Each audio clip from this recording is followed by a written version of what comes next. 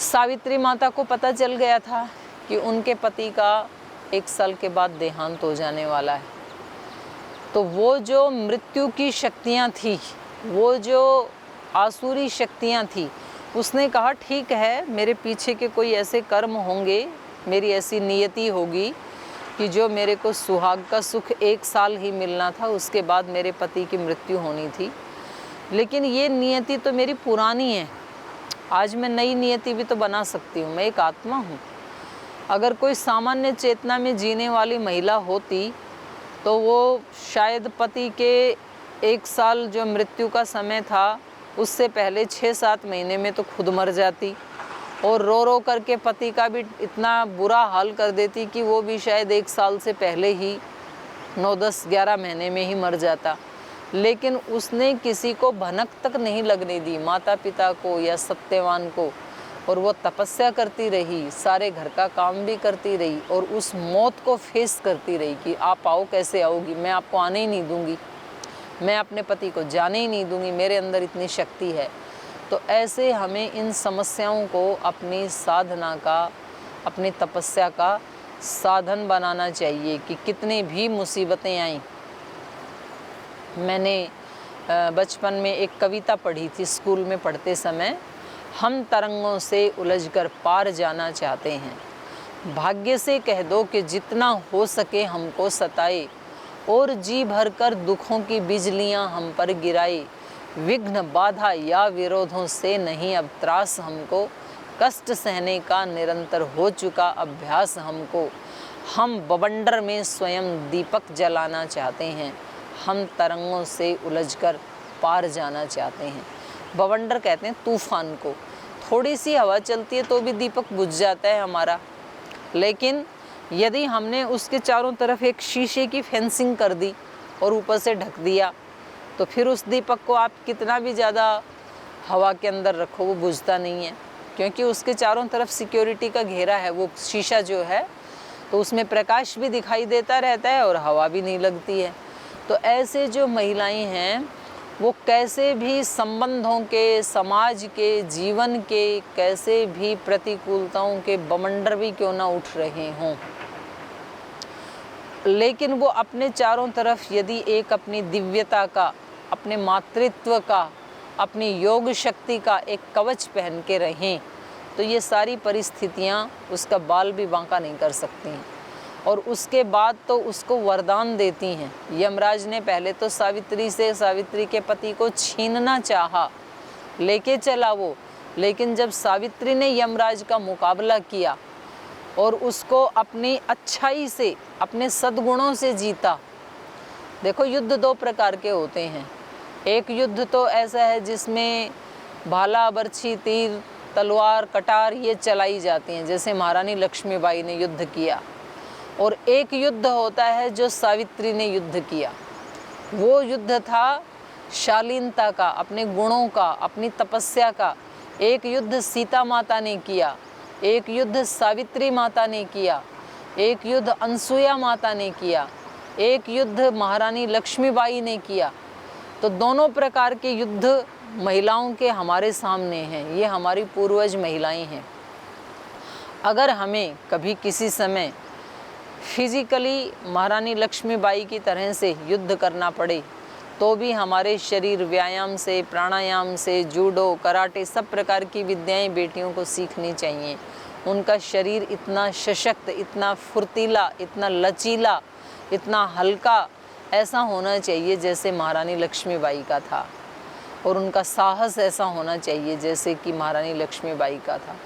दूसरी तरफ उनकी जो पातिव्रत्य में स्थित होने से पतिव्रता की जो शक्ति है, जो आध्यात्मिक शक्ति है, जो एक योगिनी और तपस्विनी माँ की शक्ति है, वो युद्ध सीता माता ने किया। सीता माता ने रावण जैसे दुष्ट के घर में 1 साल रह करके और अपने निकट तक उसको नहीं आने दिया। वो तो आतताई व्यक्ति है, वो तो असुर व्यक्ति है, तो वहाँ तो उसके कोई बॉडीगार्ड थोड़े ही हैं, वहाँ तो सब उसको डराने धमकाने वाले हैं। लेकिन उसका अपना चरित्र इतना ऊंचा है, उस ऊंचे चरित्र के कारण उसकी आत्मा में इतना बल है कि रावण की हिम्मत नहीं होती है। वो रोजाना आता है वाटिका में, सुबह शाम, अपनी रानियों को साथ लाता है, ऐश्वर्य लाता है, कुछ भेंटें लाता है, प्रलोभन देने की कोशिश करता है।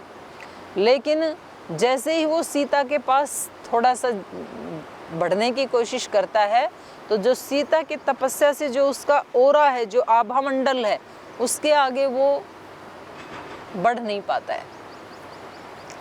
तो ये युद्ध सीता माता ने वहाँ पर किया 1 साल तक। ये एक सचरित्रता का युद्ध है, ये एक पवित्रता का युद्ध है। रावण की जो पत्नी हैं, तो उन्होंने एक बार अपने पति से कहा कि अगर आप सीता माता को देने के लिए, वापस भेजने के लिए तैयार नहीं हैं, और क्योंकि राक्षसों के यहाँ तो कई कई पत्नियाँ रखने का रिवाज होता था उस समय, ये प्रमुख रानी थी, तो इसको ये कहती थी कि और इतनी रानियाँ हैं महल में, एक रानी और आ जाएगी तो मुझे तो कोई दिक्कत नहीं है, पर आप इतने बेचैन हैं तो मैं आपको एक उपाय सुझाती हूँ।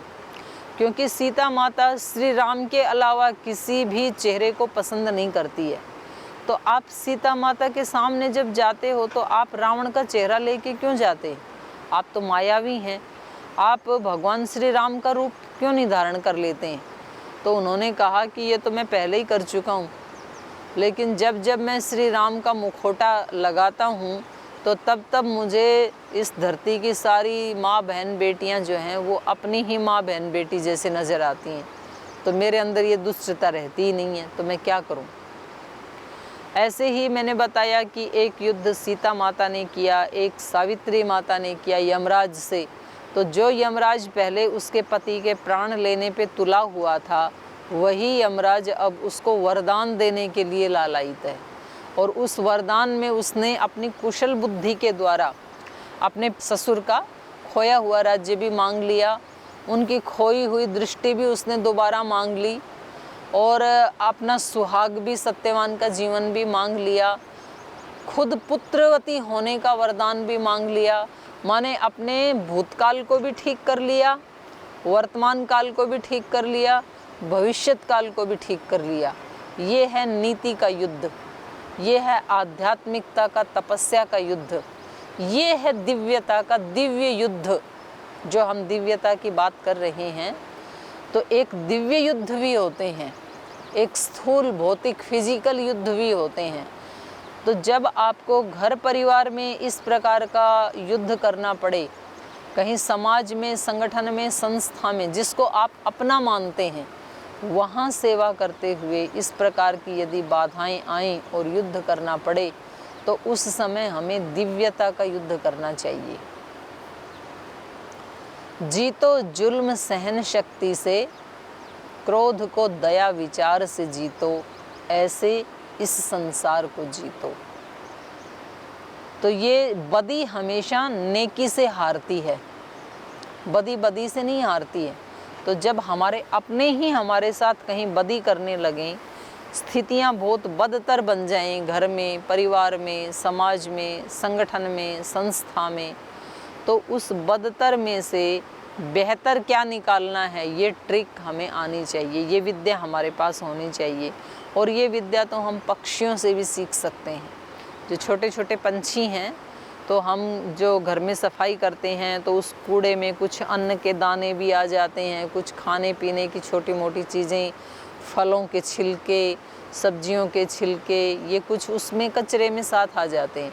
और जब हम वो कचरा वहाँ डालते हैं, तो वो जो पंछी हैं, कबूतर, चिड़िया आदि हैं, उनकी दृष्टि इतनी अच्छी है कि वो उस कचरे के ढेर में से केवल दाना निकाल लेते हैं, कचरे को वहीं छोड़ देते हैं। तो जब छोटे पंछी भी ऐसे कर सकते हैं, उस बदतर में से बेहतर निकाल सकते हैं, तो हम मनुष्य हैं।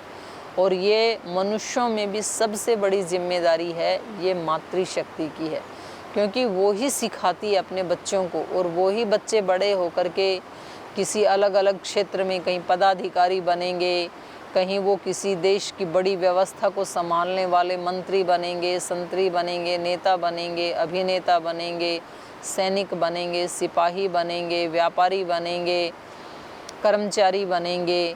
जो भी देश की व्यवस्थाएं उनके हाथ में आएंगी, इन सब का निर्माण करने वाली तो माँ ही है।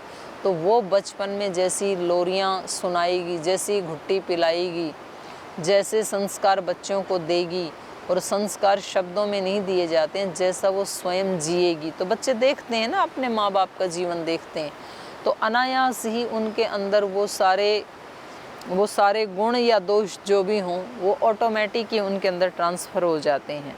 तो हमें अपने दिव्यत्व के ऊपर, मातृत्व के ऊपर हमें गौरव करना चाहिए कि मेरे को भगवान ने माँ का शरीर दे दिया, तो समझ लो कि मुझे तीनों लोक की संपत्ति दे दी।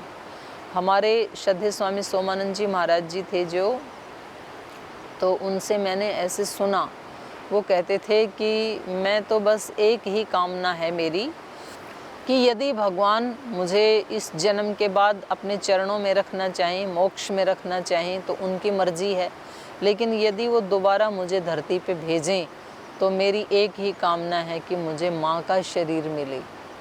एक माँ के अंदर कितने उसके पास अपॉर्चुनिटी हैं, वो कितने लोगों का कल्याण कर सकती है। वो अपने ससुराल पक्ष के परिवार के 20, 30, 50 लोगों का कल्याण कर सकती है। वो अपने पीहर के पिता के पक्ष का जो परिवार है वहाँ भी कम से कम 40-50 लोगों के, पहले तो जॉइंट फैमिली होती थी, इतने लोगों का कल्याण कर सकती है। अब जब एक अकेली महिला 10, 20, 30, 40 लोगों का कल्याण कर सकती है, तो आप सोचिए आज हमारी जो जनसंख्या है वो लगभग 1,30,00,000 है, और उसमें यदि हम 50% महिलाएं मानें और 50 से भी कम मान लेते हैं, कोई बात नहीं, हम केवल ये मान लेते हैं 50 लाख महिलाएं 130 करोड़ में से, तो अब 50 लाख महिलाएं, 10, 20, 50 की बात छोड़िए, 10-10 व्यक्तियों का भी यदि जिम्मा लें तो वो मतलब 50 लाख इंटू 10, तो वो 5 करोड़ लोगों को ठीक कर सकती हैं। और जनसंख्या तो है 1,30,00,000, 1.5 करोड़ भी नहीं है, 2 करोड़ भी नहीं है, तो पूरे के पूरे देश को ठीक कर सकती हैं वो। और ऐसा वो हमारी यहाँ महिलाएं करती रही हैं। तो हमें अपने मातृत्व को विकसित करना होगा कि ऐसी कौन सी शक्ति है इस माँ में जिससे वो सारे विश्व का कल्याण कर सकती है। तो ये सारा का सारा विश्व जगत जननी माँ की ही तो शक्ति का परिणाम है। तो आप भी तो वही जगत जननी की बेटी हैं। तो हमें इस प्रकार से अपने उस रूप में प्रतिष्ठित होकर के और एक ये लक्ष्य तय कर लेना चाहिए। देखो, जब तक व्यक्ति कोई लक्ष्य निर्धारित नहीं करता है ना, तब तक उसके वाणी व्यवहार में कोई परिवर्तन नहीं आता है। एक महिला मानो किसी नाटक में अभिनय कर रही है और उस नाटक में उसको माँ का रोल मिला है या पत्नी का रोल मिला है, और उसको एक आदर्श माँ और एक आदर्श पत्नी का रोल निभाना है। अब ये एक लक्ष्य स्थापित हो गया, उसके सामने एक टारगेट है। इस लक्ष्य को वो जितना ज़्यादा अचीव करेगी, जितना बखूबी से निभाएगी, उतनी ही ज़्यादा उसकी जगत में भी डिमांड होगी और फिल्म इंडस्ट्री में भी उसकी डिमांड होगी। तो जब उसको ये पूरा क्लियर है, तो अब वो क्या करती है, अब वो वैसे ही अभिनय करने की प्रैक्टिस 24 घंटे करती है। जब वो ऑन ड्यूटी होती है तब तो प्रैक्टिस करती ही है। जब वो अपने घर में होती है, ऑन ड्यूटी नहीं होती है, तब भी उसके दिमाग में वही चल रहा होता है कि मुझे कैसे रोल करना है, दूसरे व्यक्ति कैसे दुष्टता करेंगे, दूसरे व्यक्ति कैसे तंग करेंगे, मुझे उनको कैसे सहन करना है, क्योंकि मुझे इस अभिनय में अवार्ड प्राप्त करना है, मुझे पुरस्कृत होना है। जब उसका एक लक्ष्य तय हो गया तो उसके बाद तो फिर उसको आनंद आता है वो सब करने में, तल्लीन हो जाती है, वो चारों तरफ से अपना ध्यान हटा लेती है वो, क्योंकि एक लक्ष्य सामने है।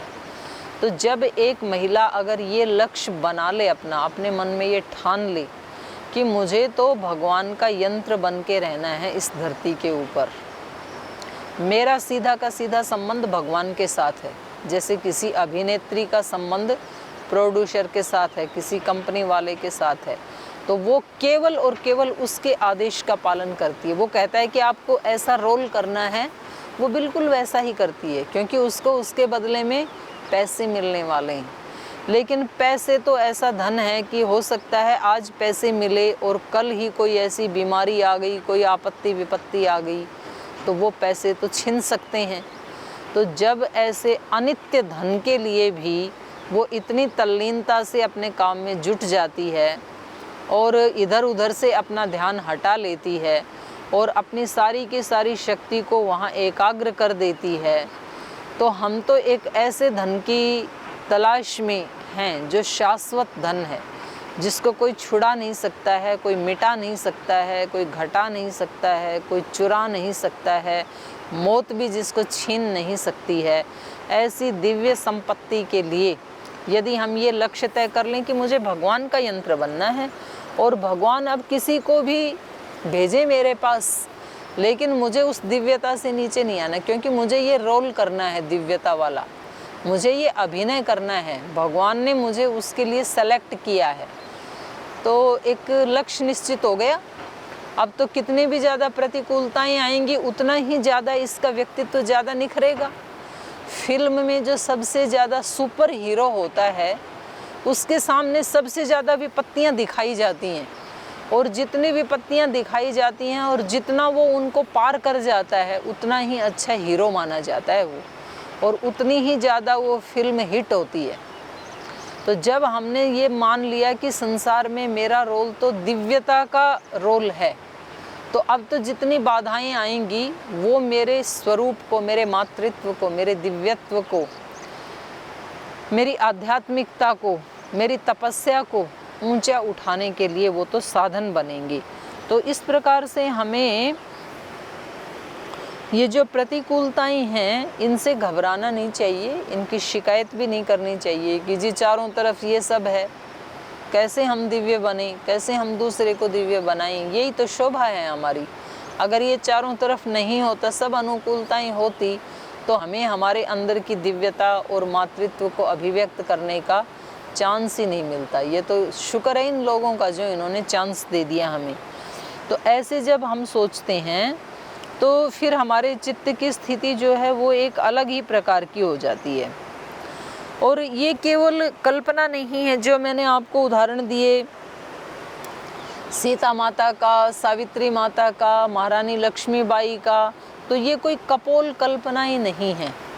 लेकिन अगर आप ये कहें कि जी हमने तो उनको देखा नहीं, हो सकता है किसी ने बढ़ा चढ़ा के उनका वर्णन कर दिया हो, तो क्या पता उन्होंने ऐसा जीवन जिया था कि नहीं जिया था। तो आज वर्तमान में जिंदा उदाहरण मैं आपको बता देती हूँ। आपने सिंधु ताई का नाम सुना होगा। एक अनपढ़ महिला हैं और उनका जो जन्म हुआ महाराष्ट्र में, तो पहले कई बेटियां और कई बेटे थे उस घर में, और ये जब पैदा हुई तो मेरे को उसका नाम ध्यान नहीं है, छिंदे या सिंधे कुछ ऐसे, छिंदी सिंधी ऐसे कुछ कहते हैं, मतलब जो अनवांटेड चीज़ होती है, जो कचरा होता है, वो उसका नाम रखा गया कि हमें ज़रूरत नहीं थी इस परिवार में आपकी, फिर भी आप आ गई। तो जब नाम ही अनवांटेड रखा गया है तो उसके साथ बिहेव वांटेड जैसा कैसे होगा। तो बचपन से ही घर परिवार में उनके साथ वैसा ही व्यवहार हुआ कि ये कहाँ से आ गई हमारे परिवार में, ज़रूरत ही नहीं थी, बेटे की ज़रूरत थी, बेटी की ज़रूरत नहीं थी। तो खैर वो इस प्रकार के अपमानों में, इस प्रकार के संघर्षों में, और एक जो कहते हैं ना नेग्लेक्ट करना, तो उस नेग्लेक्टिविटी में उनका पालन पोषण हुआ। फिर जब बाल विवाह हो जाते थे तो छोटी ही उम्र में शादी हो गई, और जब वो 15-16 वर्ष की जब उनकी आयु थी तो उसी दौरान उनको वो ससुराल में उनको भेज दिया। पहले शादी पहले कर देते, ससुराल थोड़ा बड़ा होने पे भेजते थे। और उसके बाद उन्होंने बताया कि उनकी 20 वर्ष की जब उम्र थी तो वो गर्भवती थी, और आसपास कहीं कुछ भी गलत होता था तो वो पीछे के अपने संस्कार लेके आई थी। उसके अंदर जो दिव्यत्व था, मातृत्व था, वो पहले से कई जन्मों से चल रहा होता है। तो किसी व्यक्ति ने आरोप लगा दिया उसके ऊपर कि ये उसके पति को बहका दिया, उसके पति को मतलब माइंड घुमा दिया उन्होंने कि ये जो तुम्हारी पत्नी है ना, इसका तो चरित्र अच्छा नहीं है, और इसके पेट में जो गर्भ पल रहा है वो तुम्हारा नहीं है, वो तो मेरा है, ऐसे किसी व्यक्ति ने बोल दिया। तो अब ऐसे कोई बोल दे तो अब पुरुषों के अंदर इतना धैर्य नहीं है। ये मैं पहले ही कह चुकी हूँ ना कि कुछ चीज़ें भगवान ने, पुरुषों के अंदर धैर्य हो सकता है इतना, पर तब होता है जब वो बहुत तपस्या कर लें तब। सामान्य रूप से नहीं होता है। इस तरह की जो घटनाएं होती हैं ना, उसमें वो तुरंत आग बबूला हो जाता है कि मेरी पत्नी और मेरे साथ रह रही है और किसी और का पाप पल रहा है उसके घर में, ये कैसे हो सकता है। तो वो घर गया और उसने उसको डांटना पीटना शुरू कर दिया। तो उसका गर्भ लगभग पूरा हो चुका था। तो उसने कहा भाई कोई बात भी होगी, आप क्यों मेरे को बोले। अब मेरे को पता लगा कि तू वहाँ जा कर के दादागिरी करती है। अच्छा, वो विरोध करती थी, वहाँ कुछ लोग गायों को सताते थे तो वो वहाँ जा कर के उनका विरोध करती थी। वो लोग उनको बोलते थे कि गायों को चारा तुम डालो, इनका पालन पोषण तुम करो, लेकिन इनका घी दूध हम लेंगे। उनको गोबर भी नहीं उठाने देते थे गाय का। तो वो कहती थी कि भाई ये तो अन्याय है, सारी सेवा हम करें और सारा मक्खन मलाई तुम उड़ाओ। तो ऐसे जब वो विरोध करती थी तो उस व्यक्ति को वो विरोध सहन नहीं हुआ और उस अपमान का बदला लेने के लिए उसने ये साजिश रचाई कि मैं इसके पति को ये बोल दूंगा। देखो, ये जो पुरुष, मतलब मैं सबके लिए नहीं कहना चाहती हूँ, माफ़ी चाहती हूँ, लेकिन प्रायः ऐसे होता है कि महिलाएं भी हो सकती हैं ऐसी जो इस प्रकार से तिल मिला जाते हैं, अपना अपमान नहीं सह पाती हैं, लेकिन महिलाओं में थोड़ी सी सहन शक्ति भगवान ने ज़्यादा दी है, उनका इस प्रकार का चरित्र होता है। गीता में भी कहा कि इनमें क्षमा धृति आदि ज़्यादा होती है, ऐसे स्वयं भगवान कृष्ण ने भी कहा। तो कोई मेरे को ब्लेम ना करे और किसी के मन में ऐसा आए तो वो गीता को पढ़ ले और भगवान कृष्ण को ब्लेम करे। तो मैं ये बता रही थी कि पुरुष जो हैं उनमें ये धैर्य शक्ति कम होती है। तो उन्होंने तो आते ही मतलब कि मेरी पत्नी और किसी और का गर्भ पल रहा हो मेरे घर में, उसको मारना पीटना शुरू कर दिया।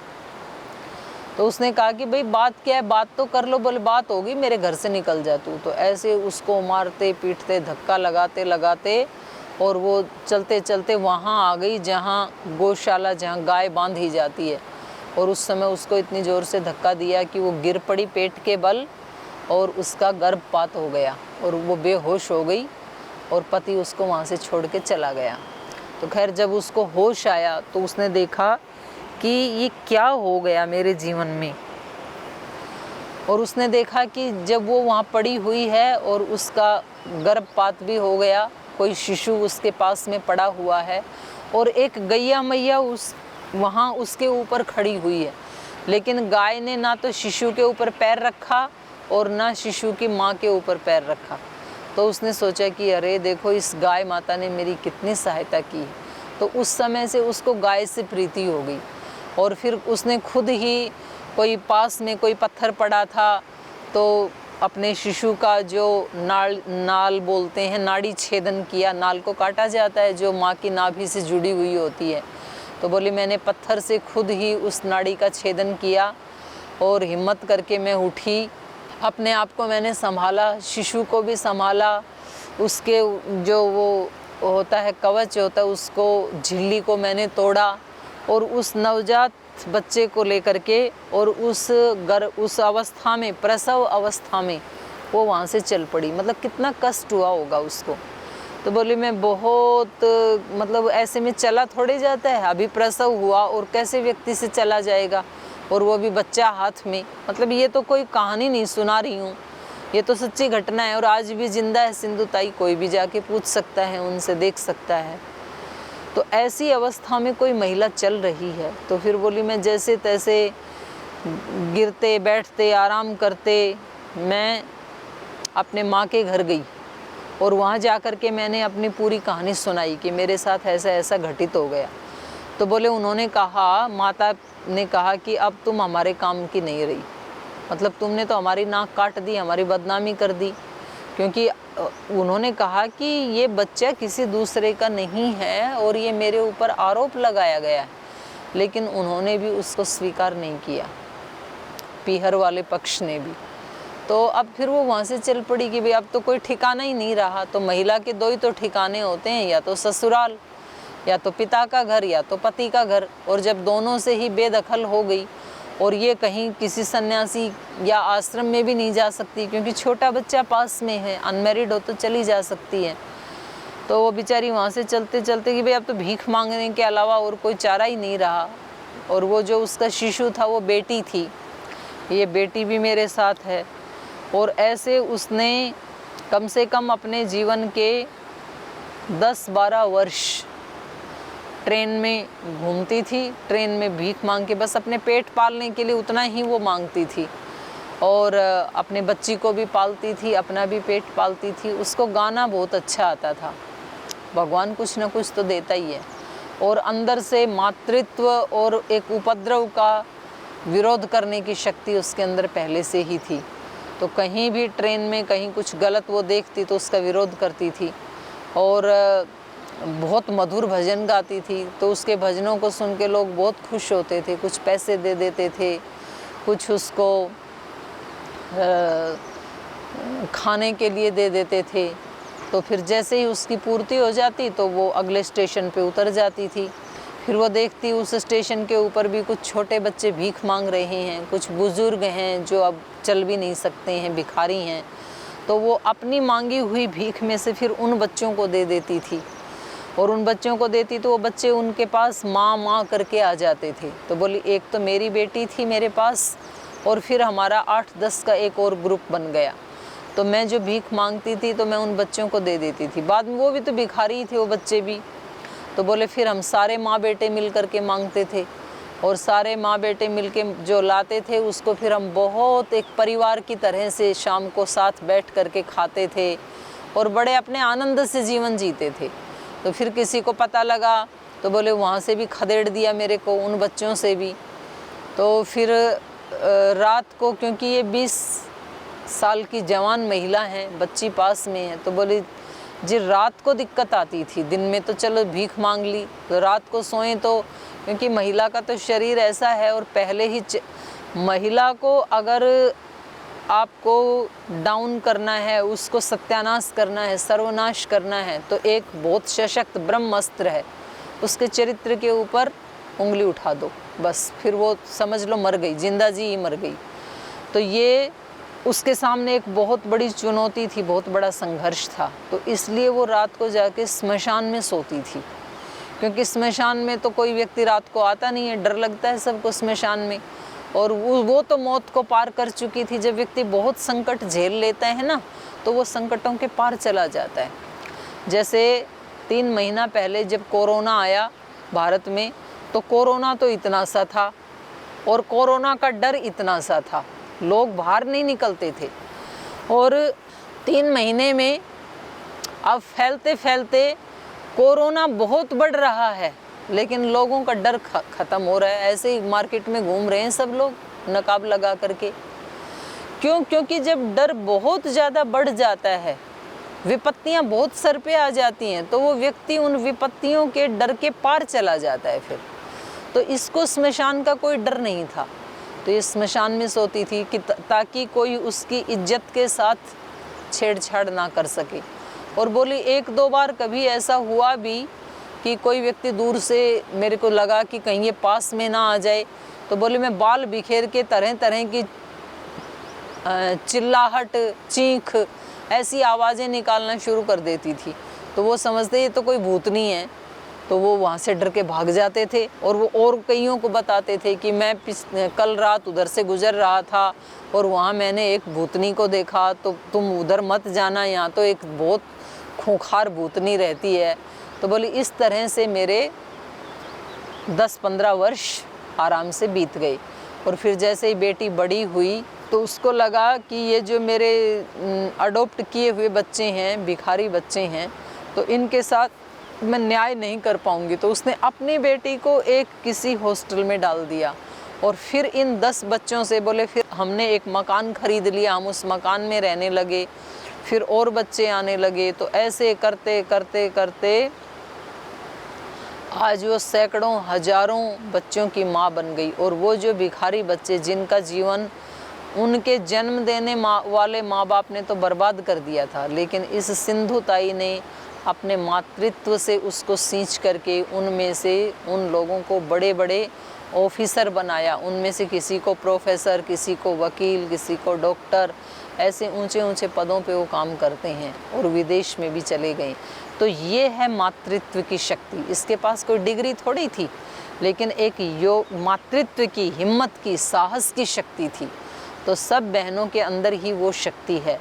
हम यदि उसको योग के माध्यम से अभिव्यक्त करें, उसको जगाएं, तो हम अपने परिवार का नहीं, कई परिवारों का कल्याण कर सकते हैं।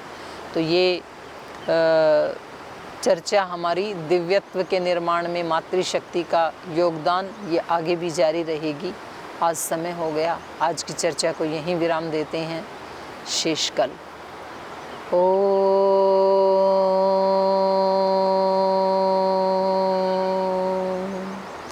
शांति शांति शांति। श्री गुरुभ्यो नमः।